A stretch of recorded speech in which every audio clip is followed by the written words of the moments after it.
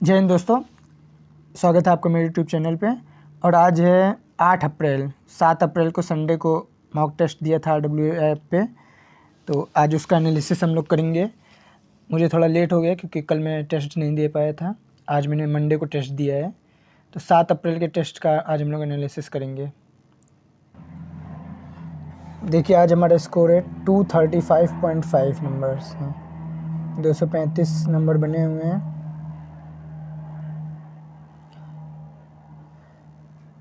Percentile है 95.20। Percentile important होता है। 121 सही हैं, 13 गलत हैं और 16 अनअटेम्प्ट हैं। आइए टाइम देख लेते हैं। टाइम देखना भी बहुत ज़रूरी है।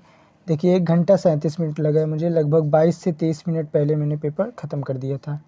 ये 22 से 23 मिनट इसलिए पहले ख़त्म कर दिया क्योंकि ये ऑनलाइन है और वहाँ पेपर में हम लोगों को OMR पे भरना है, तो 20 मिनट लगभग हम लोगों को OMR के लिए बचा के रखना है। आप लोग भी टाइम का यहाँ ध्यान रखिए कि 20 से 25 मिनट पहले ही पेपर ख़त्म हो जाए। आइए सेक्शनल वाइज देख लेते हैं नंबर। ये जनरल अवेयरनेस 24 क्वेश्चन सही है, 1 गलत है और 13 अनअटेम्प्ट हैं और टाइम लगा है 8 मिनट 13 सेकंड का। देखिए, आप लोगों को 10 मिनट से ज़्यादा GS में नहीं लेना है। 8 मिनट 13 सेकंड ये अच्छा टाइम आया है। और 24 क्वेश्चन, पेपर थोड़ा ठीक ठाक था, मतलब ज़्यादा टफ नहीं था। UPGK के भी क्वेश्चन आए थे 6-7 और करंट के भी क्वेश्चन थे। करंट से तो उतना नहीं जुड़ा हुआ हूँ अभी मैं, लेकिन UPGK मुझे पहले से ही तैयार थी तो वो सही हो गया। तो यहाँ 24 नंबर बने हैं। आइए दूसरे में चलते हैं। हिंदी थोड़ी भूल गई है और यहाँ 30 नंबर ही बन पाए हिंदी में। 6 गलत हो गए और 1 अनअटेम्प्ट है। इसमें 17 मिनट लग गया है। 17 मिनट दोस्तों लग गया है उसकी वजह से, पैराग्राफ की वजह से। जो अपठित गद्यांश होता है उसमें पढ़ने के बाद, गद्यांश को पढ़ने के बाद जो क्वेश्चंस के आंसर दिए जाते हैं, 5-6 क्वेश्चन होते हैं, ये उसकी वजह से लग गया टाइम ज़्यादा, क्योंकि वो आज बहुत टफ था और समझ में नहीं आ रहा था। उसको समझने में थोड़ा टाइम लग गया। इसमें 10 मिनट लगना चाहिए कम से कम, ज़्यादा से ज़्यादा 10 मिनट। 10 से ज़्यादा लग रहा है तो गड़बड़ है। और 30 नंबर बने हैं। यहाँ पे लगभग 34-35 बनने चाहिए थे। हिंदी थोड़ी सी वीक है और हिंदी में हर बार नंबर थोड़े रह जाते हैं। चलिए आगे देखते हैं। मैथ्स में ये रीजनिंग में 49 बने हैं, 5 गलत हो गए हैं और 1 अनअटेम्प्ट है। 45 मिनट लगा है टोटल। रीजनिंग का लेवल ठीक ठाक था और मुझे तो रीजनिंग इजी लगी। कुछ क्वेश्चन थे जो थोड़ा सा टफ थे और इसमें वो पुलिस प्रशासन के भी क्वेश्चन डाले गए थे।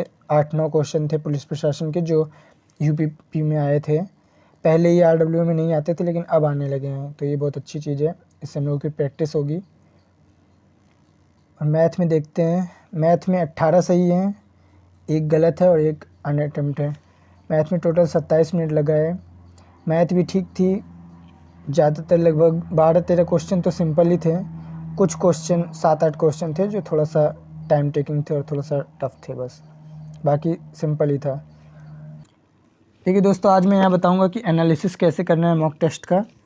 और सबसे पहले हमें कॉपी लेनी है और उसमें हमें GS और हिंदी के जो वो क्वेश्चंस जो हमारे गलत हुए हैं या फिर जो हमें लग रहा है कि हाँ ये हमें नहीं आते थे लेकिन हमने अंधी लगाई है, तो उसे उसमें लिख लेना है। GS और हिंदी के टॉपिक्स, और इन्हें बार बार रिवाइज़ करना है। जैसे हफ्ते में 2 बार रिवाइज़ कर लिया, फिर अगला टेस्ट हुआ तो उसके भी क्वेश्चन इसी में आगे इंक्लूड करते गए। तो इस तरह से डेट वाइज लिखते जाएंगे और उसको रिवाइज़ करते जाएंगे।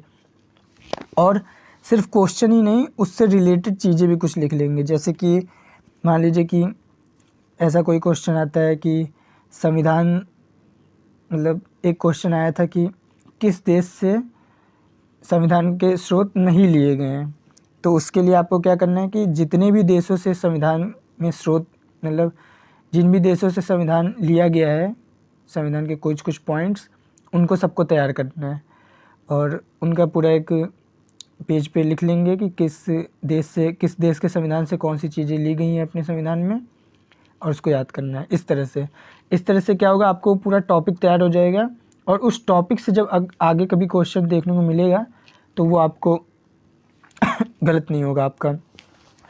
इसके ज़रिए आप 4 से 5 मॉक टेस्ट में ही आप बहुत अच्छा स्कोर कर पाएंगे। 4 से 5 मॉक टेस्ट में, क्योंकि आपको वो पूरा टॉपिक तैयार हो जाएगा और उसी टॉपिक से बार बार रिपीटेड क्वेश्चन आते हैं। RWA में भी उसी से आते हैं और पेपर में भी उसी से आएंगे। अब मैथ का देख लेते हैं।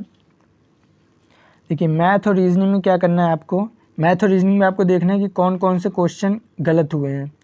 अब उन क्वेश्चंस के टाइप देख लेने की कि किस चैप्टर से ये क्वेश्चन आए हुए हैं।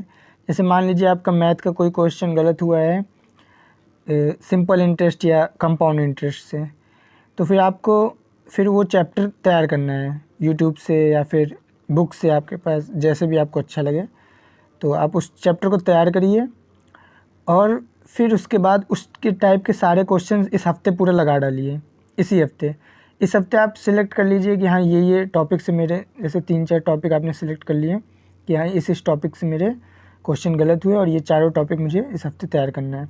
तो इस हफ्ते आप यूट्यूब से क्लासेस लेके या बुक से उस चैप्टर्स को लगा डालिए और उसकी प्रैक्टिस करिए, ताकि अगले मॉक टेस्ट में उस चैप्टर से जो क्वेश्चन आएगा वो आपका गलत ना हो। तो मैंने ऐसे ही किया था। पहले मेरा स्कोर 160 के करीब आता था जब यूपी पुलिस का एग्ज़ाम पहले फॉर्म आया था जब, तब से मैं मॉक टेस्ट दे रहा हूँ। तो 160 के करीब आता था, फिर धीरे धीरे बढ़ाते बढ़ाते मैं 200 पार कर गया और अब 235 बन रहे हैं। ये री एग्ज़ाम के लिए मेरा पहला टेस्ट था, लेकिन इससे पहले भी मैंने बहुत टेस्ट दिए हुए हैं। तो इस तरह से आप मैथ और रीजनिंग दोनों को कवर कर सकते हैं। तो अपना कमेंट करके बताइएगा आपने अपना स्कोर कितना आया है और मेहनत करते रहिए। अगले संडे को फिर से मिलेंगे। जय हिंद दोस्तों।